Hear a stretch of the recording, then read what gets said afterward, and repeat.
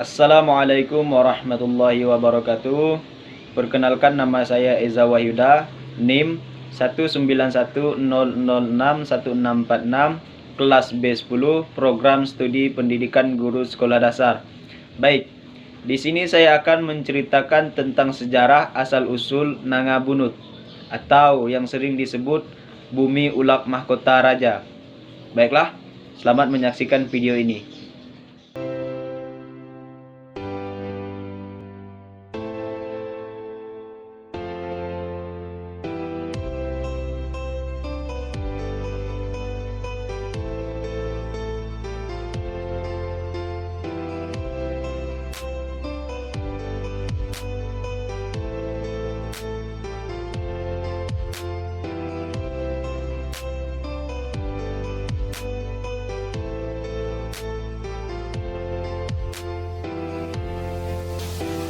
Kerajaan Nangabunut merupakan kerajaan yang terletak di persimpangan muara Sungai Kapuas yang merupakan penghubung antara kecamatan-kecamatan, ibu kota serta kabupaten di Provinsi Kalimantan Barat.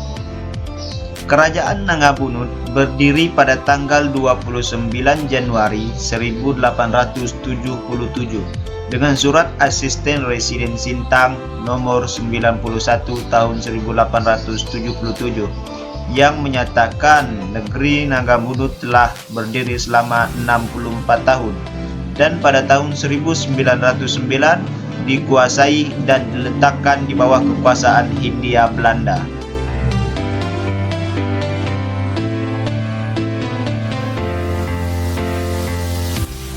Bermula dari tempat perencanaan, berasal dari Batang Suruk di pedalaman perairan Batang Bunut yang bertempat tinggal di sekitar daratan Gunung Lohot, Sunan dan hampir mendekati Bukit Tekalong.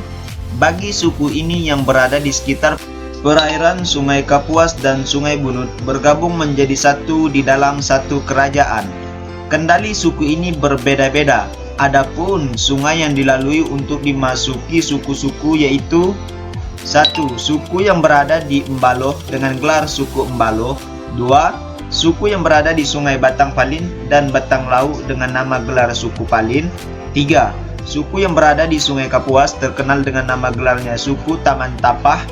4. Sebagian suku yang menetap di Sungai Gulung dengan nama gelarnya Baloh Gulung.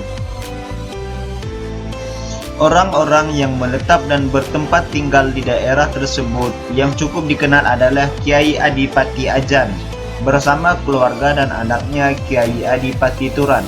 Sekitar pada abad ke-15 dan 16, Kiai Adipati Turan dan Kiai Adipati Ajan sementara menetap di daerah Ulak Alai.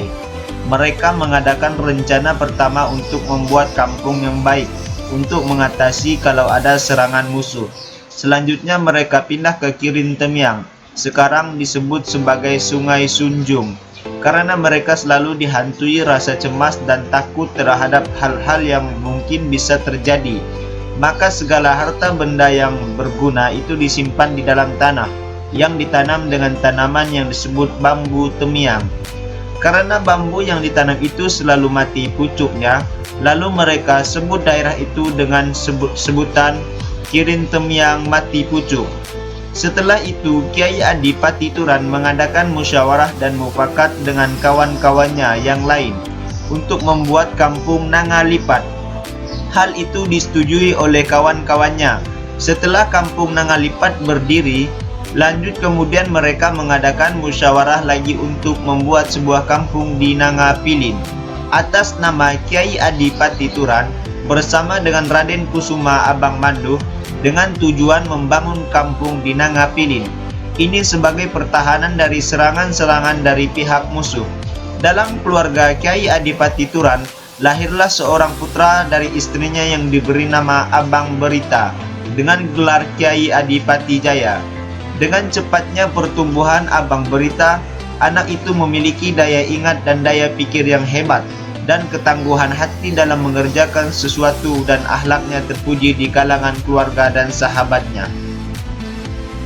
Pada suatu saat Abang Berita mengadakan musyawarah dan mufakat dengan kedua orang tuanya dan dihadiri oleh Abang Mandoh dan Abang Ubal serta kawan-kawan dan sahabatnya. untuk membuat dan mendirikan kerajaan di daerah Ulak Mahkota Raja. Ulak ini merupakan ulak yang terbesar ketika mereka hendak membuat atau mendirikan sebuah kampung atau kerajaan. Kayu yang mereka cari dan dipilih untuk ditebang berasal dari pohon bunut. Adapun alat-alat yang dipakai untuk menebang pohon bunut ialah beliung yang terbuat dari timah, tangkai beliung timah kayu, sedangkan tempat pemegangnya atau ulu beliung timah tersebut dibuat dari kayu lempung, yaitu kayu pelai. Pada saat menebang pohon bunut, beliung yang terbuat dari besi untuk yang pertama kalinya, kayu tangkai beliung tersebut selalu patah. Pada malam hari, pohon bunut tersebut kembali seperti semula, seperti tidak ada cacat sedikit pun. Melalui mimpi sang raja, pohon bunut tersebut harus ditebang menggunakan beliung timah.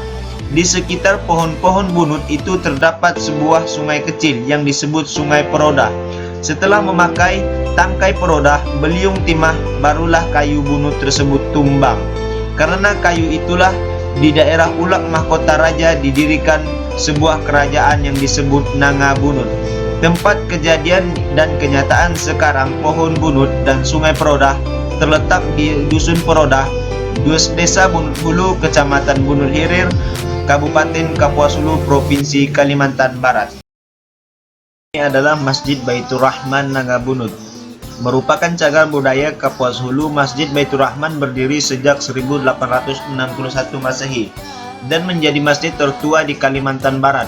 Berabad-abad silam, bahkan dalam lembar sejarah dunia, peradaban manusia senantiasa berdiri bergenerasi di dekat aliran sungai besar sebagai urat nadi kehidupan. Dan Masjid Baitur Rahman berdiri di tengah kawasan tersebut dan kini telah menjadi situs bersejarah di Kalimantan Barat, menandakan diri sebagai masjid tertua di Kapuas Hulu.